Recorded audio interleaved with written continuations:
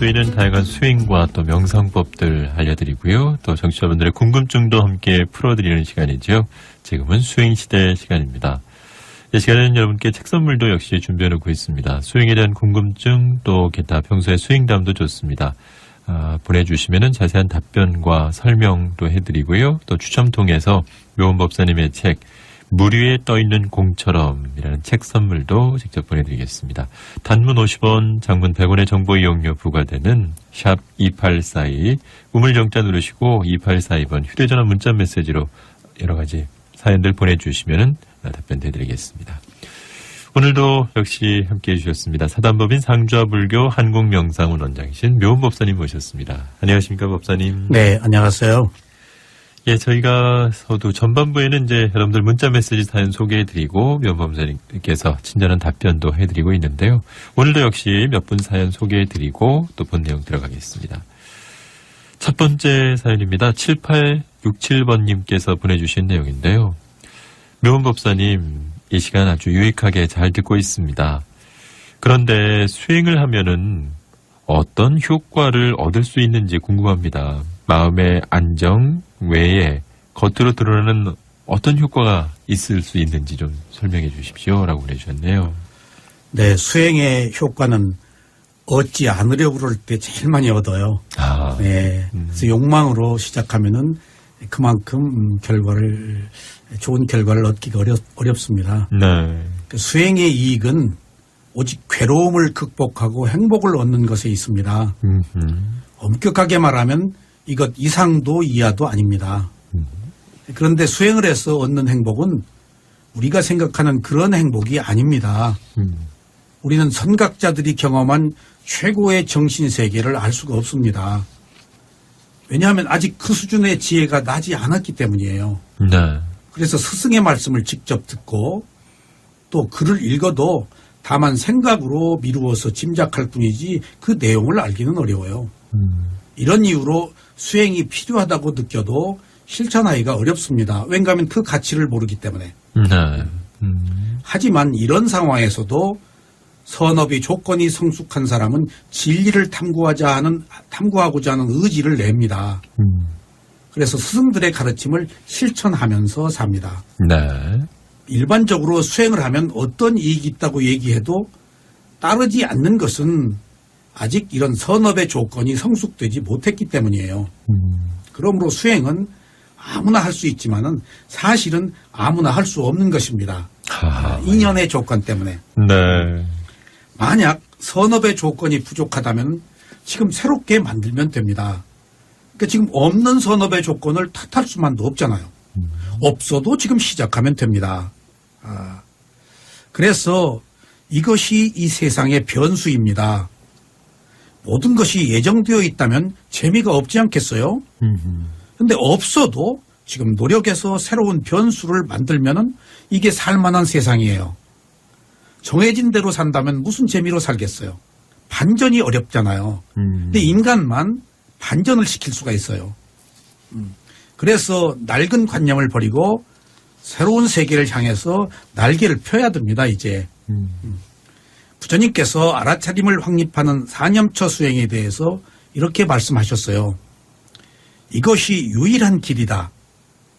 중생을 정화하고 슬픔과 비탄을 극복하게 하고 육체적 고통과 정신적 고통이 사라지게 하고 올바른 길에 도달하게 하고 열반을 시전하게 하는 길이다. 여기 좋은 얘기 다 있죠? 네네. 이것이 유일한 길이라고 하는데 이 네 가지 뜻이 있어요. 이게 내가 하니까 최고다라는 뜻이 아니고 이 네 가지의 유일한 길이라는 뜻이 단 하나의 길이다라는 뜻이 있어요. 그다음에 혼자서 가는 길이다. 100사람이 있어도 결국은 자기 혼자서 가는 거예요. 네. 아버지, 어머니, 부모, 자식 있어도 결국은 자기가 가는 거잖아요. 같이 못 가는 길이에요, 이게. 그 다음에 탁월한 지혜가 있는 사람이 가는 길이라는 뜻이 있고요. 또 다른 길이 없고 할 정도 위파사나 수행밖에 없다는 그런 뜻입니다. 그래서 이것이 단 하나의 길이다라는 것은 오직 선업의 조건이 성숙되어서 스스로 선택할 때만이 이 길로 갈 수 있다는 것을 말합니다. 중생을 정화한다는 것은 순수하지 못한 마음인 탐욕, 성냄, 어리석음, 암한심, 질투심 등의 마음을 갖지 않도록 하여 괴로움에서 벗어난다는 뜻이에요.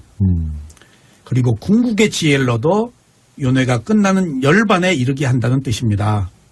이 열반이 지고의 행복입니다. 네. 그래서 이상이 우리가 수행을 해야 하는 중요한 이유이고 또 이런 이익을 얻습니다. 그렇습니다. 네, 오늘 밝히고 10월 11일 금요일 순서 함께하고 계십니다. 매주 2부 이 시간에는 묘원법사님 모시고 지금은 수행시대 시간 꾸며드리고 있는데요. 전반부에는 저희가 여러분들 문자메시지 사연들 소개해드리고 묘원법사님에 대한 답변도 전해드리고 있습니다. 계속해서 또 사연 하나 더 소개해드리겠습니다. 이번에는 8003번님 보내주신 내용입니다. 묘원법사님, 매주 금요일마다 하는 이 법문 잘 듣고 있습니다. 뭔 모르고 지장보살 하다가 대상을 바꿨는데요. 자꾸 자장보살이라고 나옵니다. 이건 어떤 현상인지 좋은 말씀 부탁드립니다. 라고 해주셨습니다. 네. 지장보살이나 자장보살이나 자기가 염원하는 보살이면은 틀려도 괜찮습니다. 자장보살이라고 했다고 지장보살이 안 나오시겠어요? 네, 그것은 그 문자니까요. 걱정하지 않으셔도 되고요. 네. 누구나 처음엔 수행의 가치를 모르고 합니다. 완전하게 알고 하는 사람은 없어요. 그러나 모르고 하다가 진리를 발견해요. 지장보살을 외우는 것은 연불수행이거든요. 네. 연불수행은 사마타 수행으로 대상과 하나가 되어서 강력하게 번뇌를 억누르는 효과가 있어요. 그런데 다른 대상으로 바꾸어도 계속 지장보살이 나온다면 이것도 자연스러운 현상이에요. 아직도 대상과 하나가 되는 근본 집중의 힘이 남아있기 때문에 다른 수행을 해도 또 지장보살이 나와요. 이런 때는 바른 방법으로 대처하지 못한다면 일정한 시간이 걸립니다. 나오는 것은 어쩔 수 없어요. 그리고 어느 의미로는 자기가 지장보살을 원하고 있어요. 다른 수행을 하더라도. 놓기가 어렵습니다. 자기가 하던 것을. 네. 습관을 버리기가 어렵듯이 우리가 순정을 버리기가 어려운 것처럼 하고 있는 것을 바꾸기는 어렵습니다. 마치 하고 있는 것을 바꿀 때는 내가 하고 있는 것에 대해서 배신을 하는 것 같은 그런 생각을 또 갖기도 해요. 이게 순정 때문이에요. 네, 때로는 순정이 위험할 수도 있습니다. 하나의 제가 예를 들어볼까요? 제 수행 경험을 말씀드리면 도움이 될 것 같네요. 제가 오래전에 미얀마 마시 명상원에서 4년 동안 명칭을 붙이는 수행을 했어요. 좌선을 할 때도 호흡에 일어남 꺼짐 명칭을 붙였어요. 그리고 경행을 할 때도 오른발 왼발 이렇게 명칭을 붙였어요. 볼 때에도 폼 들을 때도 트름트름 네. 온통 명칭으로 되배를 했어요. 어허. 그러니까 번뇌가 들어올 틈이 없어요. 명칭이 다 가로막으니까. 그래서 제가 아주 수행을 잘했어요. 그런데 제 수준에서 물론 잘했겠죠. 근데 그 뒤에 4년 뒤에 수행우미네를 갔어요. 거기는 마음 보는 수행하는 데거든요. 네. 명칭을 떼래요. 어허. 나 명칭 안 떨어집니다. 왜 명칭을 떼야죠? 그랬더니 미세한 대상인 마음과 느낌을 보기 위해서 명칭을 떼라. 그래서 이상하다. 나는 전자동으로 붙습니다. 라고. 네. 그냥 보면은 봄, 들으면 들음. 그런데 거기서 계속 명칭을 떼라고 그러세요. 나는 계속 안 떨어진다 그러고. 나는 전자동으로 붙습니다. 라고 수행을 하면서 어느 날 어느 순간에 앉아서 좌선을 하는데 일어남, 꺼짐이라고 명칭이 탁 붙으려고 그러는데 그때 명칭을 붙이려고 하는 마음이 탁 보이더라고요. 그것도 스승이 계속해서 명칭을 붙이려고 할 때 명칭을 붙이는 마음을 봐라 했거든요. 근데 그게 쉽게 실천되기가 어려워요. 마음은 비물질이라서. 근데 무심히 많이 들었기 때문에 턱 봤어요. 제가 깜짝 놀랐어요. 나는 전자동처럼 붙고 뗄래야 뗄 수 없다라고 하면서 명칭은 불가피한 것이라고 그랬는데 내가 명칭을 붙이려는 마음을 딱 보니까 내가 좋아서 붙잡고 있더라고요. 왜냐하면 4년 동안 명칭바를 받아서 수행을 했기 때문에 내가 놓지를 않으려고 하고 있어요. 순간적으로 전자동으로 붙은 게 아니고 전자동으로 내가 끌어들였더라고요. 아하, 네. 예. 그러니까 내가 명칭을 붙인 것이 내가 집착했구나라고 알았어요. 마음을 보았기 때문에. 네. 그런 뒤에 더 재미있는 현상은 이제 명칭을 붙이고 싶어도 안 붙는 거예요. 알아차리고 나니까. 네. 예. 야, 그 무섭더군요. 마음이 지혜라는 것이 끊는 것이다라고 하더니 집착이 나쁜 것이라고 제가 알고 있었거든요. 이제 오른발 왼발 일어남 꺼짐을 붙이기가 어려워요. 내 마음이 단호하게 또 거부를 하는 거예요. 내 마음이 그만큼 끌어들였듯이 떼는 것도 단칼에 떼버렸어요. 네. 그 뒤에 제가 미세한 대상인 느낌과 마음을 볼 수가 있었어요. 그러니까 이분도 지장보살을 할 때 다른 수행을 해도 지장보살이 나오면은 지장보살을 외우는 그 마음을 보십시오. 네. 그러면은 내가 지장보살을 좋아서 계속 외우고 있구나라는 사실을 알 수 있을 거예요. 네. 그래야 명칭이 붙질 않아요. 아하. 그렇지 않고서는 계속해서 명칭이 붙게 마련입니다. 모든 것은 마음이 이끌기 때문에 마음을 알아차린다는 것은 뿌리를 알아차리는 것으로서 본질에 접근해요. 네. 근데 우리는 본질에 접근하기가 어렵잖아요. 괴로워할 때 저도 괴로워 죽겠죠. 그럼 괴로움에서 벗어나기 어려워요. 이미 원인과 결과가 있기 때문에. 예. 근데 뭐가 괴로워하죠? 마음이죠. 근데 괴로워하는 마음을 딱 보면은 보는 새로운 마음이 일어났기 때문에 괴로움은 2차 대상이 돼버려요. 하하. 괴로워하고 있네? 이거 객관화가 된단 말이에요. 이게 위파사나예요.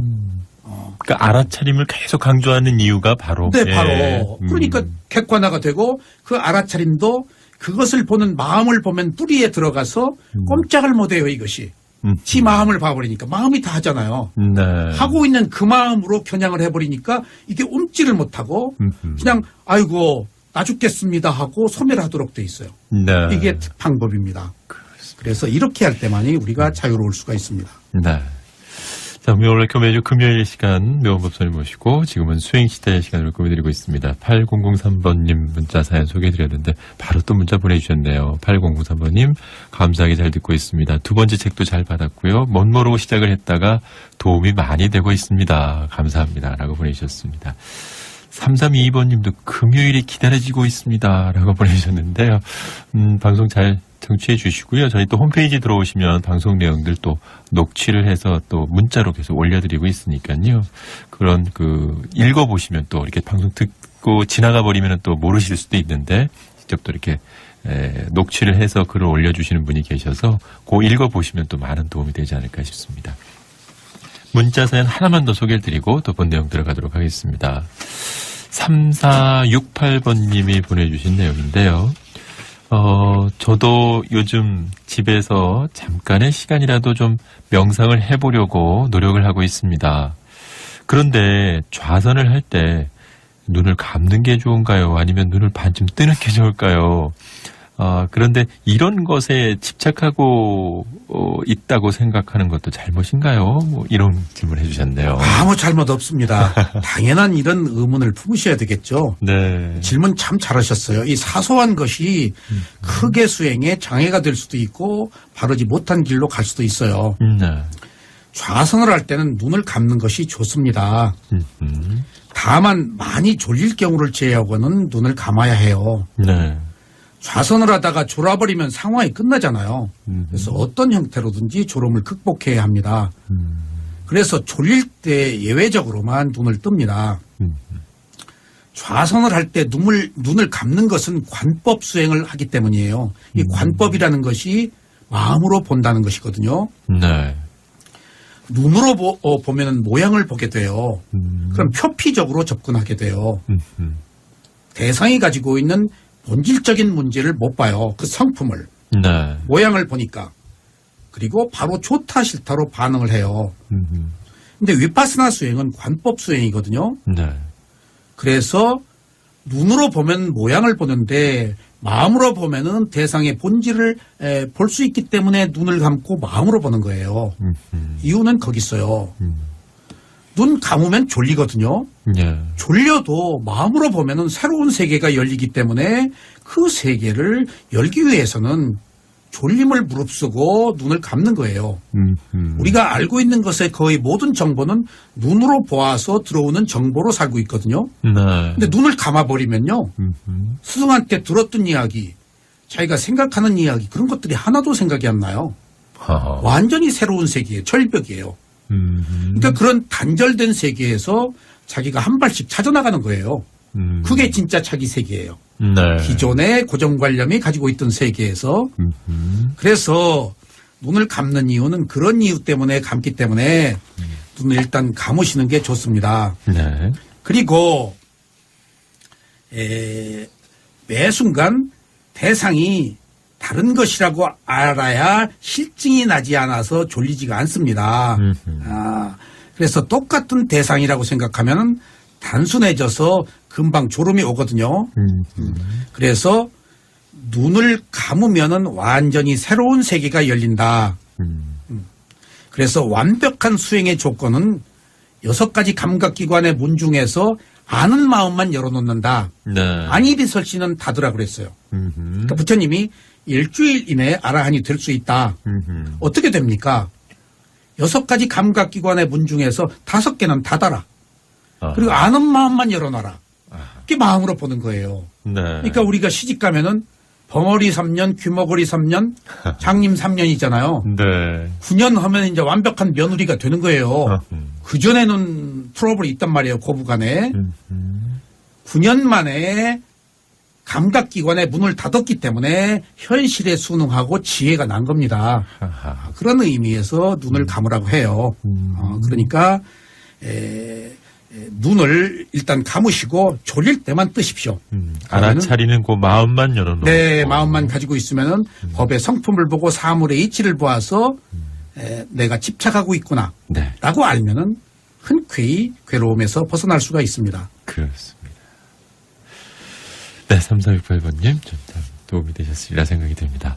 이렇게 해서 여러분들 문자 사연들 소개를 드렸고요. 계속해서 샵 2841 휴대전화 문자 메시지로 많은 사연들 보내주시면 저희가 오늘 소개 못 드려도 또 다음 주에도 계속 소개를 드릴 테니까요. 지금도 많은 사연들 보내주고 계신데 저희가 꼭 답변해 드리도록 하겠습니다. 자, 이제 4년초 수행에서 느낌 보는 수행에 대해서 계속 살펴보겠습니다. 우리가 대상을 보고 뭔가 이렇게 아는 마음이 생길 때 느낌이 함께 일어난다 이런 말씀하셨고요. 그런데 이 느낌이라는 것이 단지 그 느낌으로 그냥 남아있는 것이 아니라 욕망으로 진행이 된다. 가래로 넘어간다 이런 말씀하셨는데 그러다 보니까 괴로움을 일으키는 원인이 되기도 하고 미래에 다시 태어나는 원인이 되기도 한다라는 말씀 주셨습니다. 느낌이 이렇게 욕망으로 진행이 되면 결국 이제 화살을 맞게 되는데 이것이 한 번에 그치는 것이 아니고 연달아서 4번씩 맞는다라는 그런 지적도 지난번에 해주셨고요. 여기 또다시 4번씩 화살을 맞고도 이르는 길이 결국 이제 미래에 태어납니다. 이런 말씀도 하셨습니다. 자, 이처럼 화살을 맞고 상처를 입은 몸과 마음으로 다시 태어나기 때문에 똑같은 그런 괴로움이 계속 반복되지 않을 수 없지 않나 싶은데 그렇다면요. 느낌이 욕망으로 이렇게 진행되지 않게 하기 위해서 가래로 넘어가지 않게 하기 위해서 과연 어떻게 해야 될지 그런 부분 좀 짚어주시죠. 네네. 단순 명쾌하게 말씀드리면은 느낌이 일어났을 때 일어난 느낌을 있는 그대로 알아차리면 됩니다. 아하. 하지만 이미 느낌이 일어났을 때는 습관적으로 좋아하거나 싫어하는 느낌으로 진행되기 때문에 알아차리기가 어렵습니다. 알아차릴 수만 있으면 얼마나 좋겠어요. 네. 습관으로 살잖아요. 그래서 오히려 느낌에 욕망이 붙지 않으면 사는 것 같지 않아서 재미가 없다 그래요. 알아차리라고 그러면은 아니 알아차리면 무슨 재미로 사냐고 그래요. 이거 미친다고요.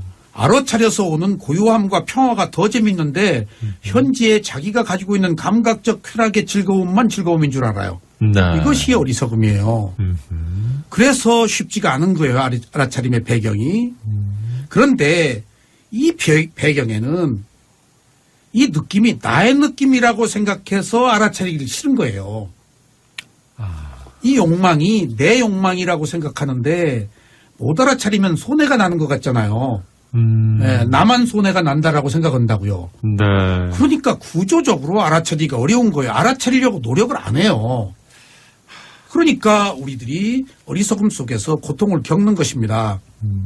그래서 느낌이 어떻게 일어나는지 발생에 대해서 우리가 한번 살펴볼 필요가 있어요. 네. 느낌은 몸을 가지고 사는 한 어느 때나 반드시 일어납니다. 어떻게 일어나는가 하면은 인간은 몸을 가지고 살면서 이 몸에는 6가지 감각기관이 있잖아요. 네. 안이비설신이라는 6가지 감각기관이 색성향 미촉법이라는 대상에 부딪혀서 느낌이 일어나거든요. 이때 아는 마음이 함께 일어난다고요. 그런데 이 느낌이 이런 조건에 의해서 일어나는 것이라고, 접촉에 의해서 일어나는 것이라고 알면은 우연히 일어나는 것이 아니고 반드시 원인과 결과라는 과정에 의해서 일어나는 것이 아니라고 한다면은 또 그것을 집착하지 않게 돼요. 우리는 피치 못해서 온 것을 무조건적으로 거부하지 않고 받아들이려고만 하는데 조건을 성숙 안 시키면 괜찮잖아요. 성숙되었기 때문에 온 것이다고요. 그러니까 부딪혔을 때 자연스럽게 아는 마음이 왔는데 그 접촉에 의해서 내가 있기 때문에 좋아하고 싫어하는데 나의 느낌이 아니라고 생각하면은 또 자연스럽게 접촉해서 온 원인과 결과일 뿐이라고만 알면 괜찮은데 이것은 필연적으로 와야 될 것이라고 내가 거부할 수 없다라고 알고 있기 때문에 스스로 방기하기 때문에 조건 없이 이런 연속적인 느낌을 유발시키는 것입니다. 네. 예를 들어보죠. 눈이 빛이 있어서 대상을 보고 느낌과 아는 마음이 일어나요. 여기 4가지 조건이 성숙되어 있거든요. 눈이 대상을 보고 빛이 있어서 아는 마음이 일어났다. 여기에 나의 마음은 없다고요. 네. 조건만 있지. 눈이 없어도 안 되고 대상이 없어도 안 되고 빛이 없어도 안 되고 아는 마음이 없어도 안 되고 이런 조건에 의해서 느낌이 일어난다고요. 그러니까 그런 조건이 없으면은 그런 느낌이 안 일어나는데 무조건적으로 받아들이게 된다고요. 그리고 그렇게 온 느낌을 나의 느낌이라고 알아요. 그러니까 내가 소유하려고 든다고요.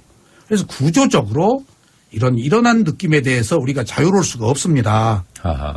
그래서 가령 코가 냄새를 바람의 방향에 의해서 구리다, 뭐 향기롭다라고 아는 것도 전부 조건이에요. 혀가 침을 통해서 음식물을 맛이 있다 없다라고 아는 느낌과 마음이 일어난다고요. 그러니까 구조적으로 이런 조건에 의해서 느낌이 일어나기 때문에 또 새로운 조건을 성숙시키면은 단지 그것은 느낌일 뿐이지 싫다 좋다라고 하는 화살을 맞는 느낌으로는 발전하지 않습니다. 그래서 부처님께서는 느낌은 무상한 것이다. 네. 이게 중요해요. 그리고 느낌은 괴로움이다. 느낌은 괴로움이에요. 진짜 느낌인지 알면 괴로워요. 그리고 느낌은 무하다. 나의 느낌이 아니다. 감각기관이 느끼는 것이다. 라고 할 때 비로소 우리가 느낌으로부터 자유로울 수가 있습니다. 그렇지 않는 한 움켜쥐기 마련이에요. 네. 그래서 수행자들은 그냥 거기 있는 대상을 툭 던져놓고 보고 그것이 원인과 결과로 진행되고 있네 예. 라고 알 때 비로소 내가 느낌으로부터 자유로울 수 있는 여지가 생기고 탈출의 기회가 주어집니다. 네. 네네. 자, 오늘도 말씀 듣다 보니까 벌써 시간이 다 돼서 아쉽지만 마무리하고 다음 주 금요일, 오늘 문자 사연들 많이 보내주셨는데 다음 주 금요일을 또 기대해 주시기 바랍니다. 묘법사님 오늘도 귀한 가르침 감사합니다. 네, 감사합니다.